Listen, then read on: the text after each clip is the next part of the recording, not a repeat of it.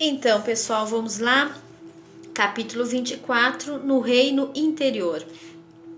Sigamos, pois, as coisas que contribuem para a paz e para a edificação de uns para com os outros. Paulo, em Romanos, capítulo 14, versículo 19. Não podemos esperar, por enquanto, que o Evangelho de Jesus obtenha vitória imediata no espírito dos povos. A influência dele é manifesta no mundo, em todas as coletividades. Entretanto, referindo-nos às massas humanas, somos compelidos a verificar que toda transformação é vagarosa e difícil. Não acontece o mesmo, porém, na esfera particular do discípulo.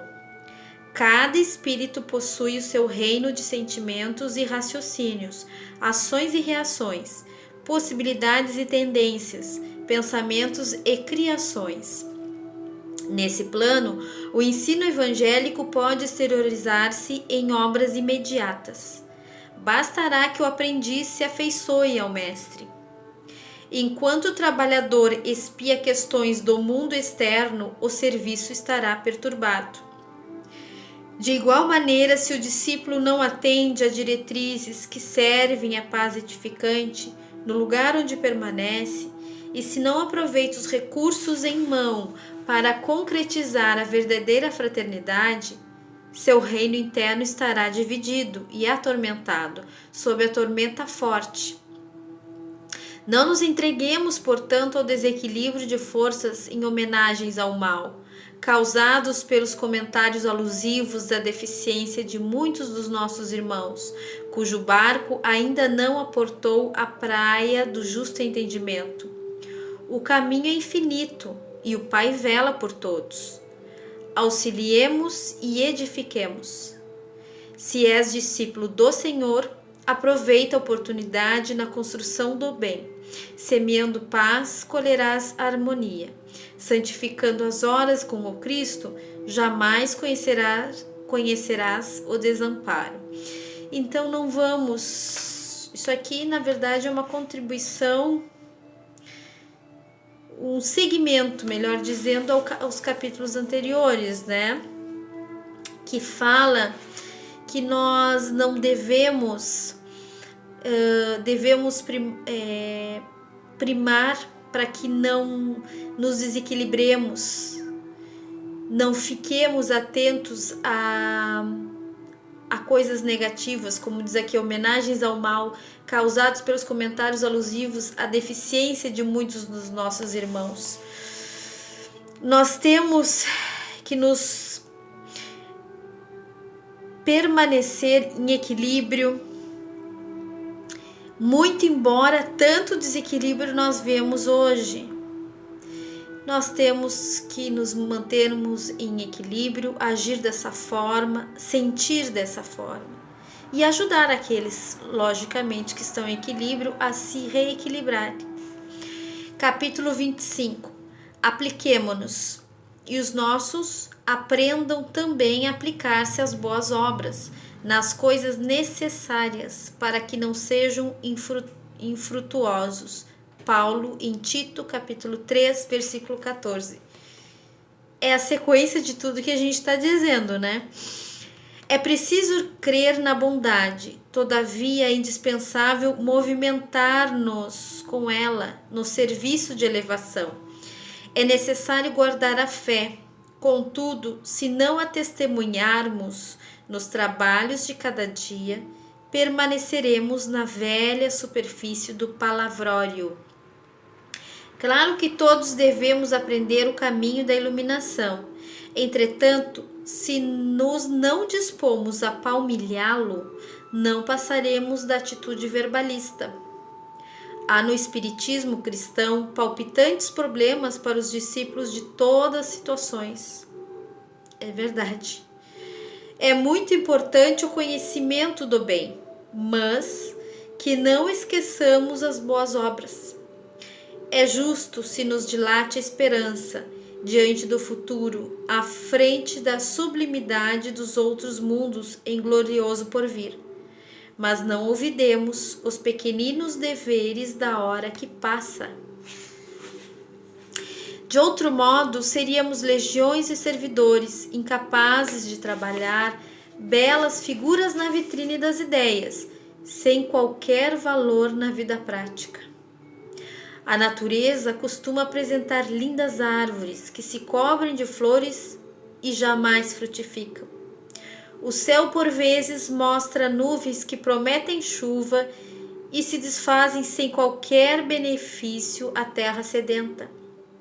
As escolas religiosas, igualmente, revelam um grande número de demonstrações dessa ordem. São os crentes promissores e infrutuosos que a todos iludem pelo aspecto brilhante. Dia virá, porém, no qual se certificarão de que é sempre melhor fazer para ensinar depois, que ensinar sempre sem fazer nunca. Temos que ter muito cuidado, principalmente com isso, principalmente nós, trabalhadores na seara espírita, em todas as religiões, mas vamos nos ater aqui ao espiritismo, que é essa a filosofia de vida que nós estamos tratando aqui, né? Temos que ter muito cuidado, trabalhadores espíritas, para que a gente não acabe nisso aqui. Belas palavras, muitos conhecimentos, mas sem ação.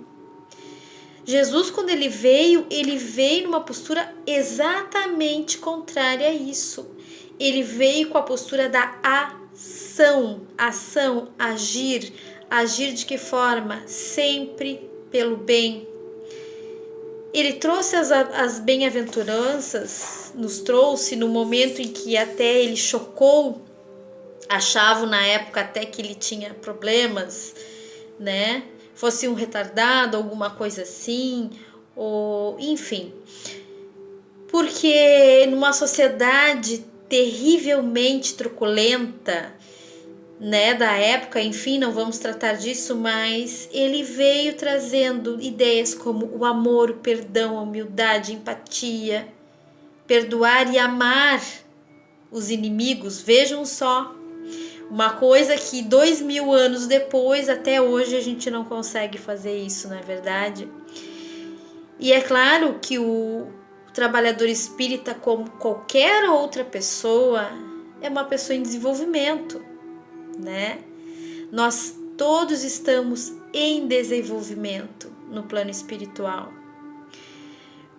Mas é lógico que temos nossas falhas, nossos defeitos, mas nós temos que nos esforçarmos. O que adianta eu falar belas palavras ao público ou outras pessoas e saio lá fora e reajo exatamente o oposto do que eu estou falando? E vejam bem, ser espírita não é fácil, porque nos exige a fé que não seja cega, a fé raciocinada. Temos que estudar muito para isso, para sermos, mas muito mais que isso que estudarmos, nós temos que agir de acordo. Então vamos sempre ter em mente que não estamos em pedestal nenhum. Por mais que se estude, por mais que se conheça, né, a palavra do Cristo, todas as obras edificantes, enfim, as obras de Kardec, se a gente não interiorizar nada disso e pôr em prática, não vale de nada. E como eu já disse em outro vídeo lá, muito será cobrado a quem muito foi dado. Então vamos sempre primar, irmãos espíritas, para muito mais que o conhecimento, as ações. Vamos desenvolver em nós cada vez mais, não obstante os problemas, os desequilíbrios que se enfrenta a todos nós. Vamos sempre forcejar, que seria essa palavra, para nos mantermos em equilíbrio, né? Não insuflar os nossos egos pelo conhecimento, não insuflar raivas e ódios das pessoas por contrariarem, por tentarem entrar em embates conosco, seja por causa do espiritismo ou da nossa vida pessoal, ou insuflar nossos egos e nos sentirmos ameaçados porque o outro pensa diferente. Ele é filho de Deus como nós também, e ele tem o direito sim de pensar. Se ele está errado, se eu estou certa ou vice-versa, bom, isso é outro assunto. Mas vamos sempre olhar com mais ternura as outras pessoas, tá certo, pessoal? Senão, qual seria o propósito, o sentido da gente viver nessa seara?